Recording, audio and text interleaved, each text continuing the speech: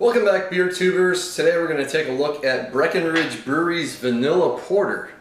Breckenridge is out in Colorado, and I tried like one or two of their beers when I was out there for GAVF last year. They just recently showed up here in San Diego, so this is I believe it was a 4.7% porter with, and they mentioned that it is with real vanilla beans, not extract, which is good to see.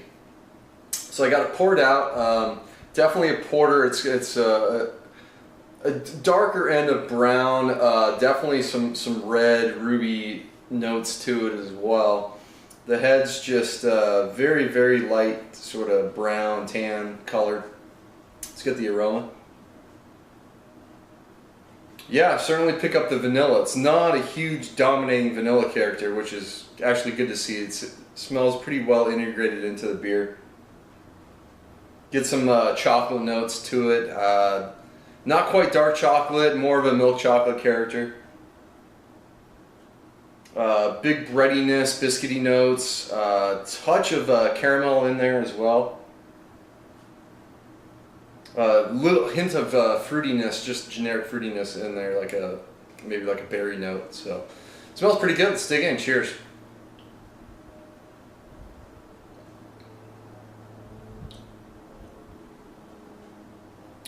Oh, that's nice. 4.7%, easy drinking type of beer. It's got good mouthfeel. The one thing, vanilla beans not only add some really nice flavors, but they add a good mouthfeel to the beer. And for 4.7%, you know, it's on the sessionable end of an ale in the U.S. It's got pretty good body to it. So up front, I get a little bit of bitterness. I don't know if that's a hop character or maybe some of the darker malts, but it's first impression is a little bit of bitterness, and then it goes big sweetness, and then it finishes fairly dry, which is nice. Makes it very drinkable. After the bitterness fades away, you get the sweeter part of the beer. It's not overly sweet in the middle, but follows the notes fairly well. Caramel notes, sweeter bread notes come into play. There's a little bit of like a grape skin sort of character that adds a nice little fruitiness in the mix.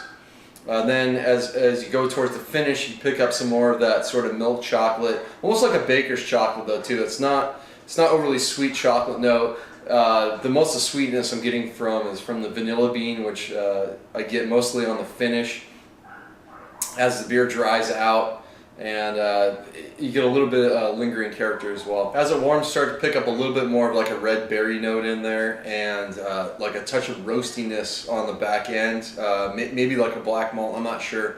I wouldn't go as far as saying it's like overly like a coffee roastiness, just a nice kind of like drying roastiness that helps dry out the beer as that vanilla sort of pushing its sweetness forward. So the beer's got some really nice balance. The vanilla bean is integrated well into the porter. The porter itself is pretty solid. So overall, I think it's a pretty solid beer. So I'm going to go B for Breckenridge's Vanilla Porter. If you're looking for like a low alcohol sessionable porter with got, you know, that little extra added with the vanilla bean, and you know, don't expect a big vanilla bean bomb like some beers are out there. It's got a good solid base beer behind it. So it's going to wrap it up. Until next time, please comment and subscribe. Cheers.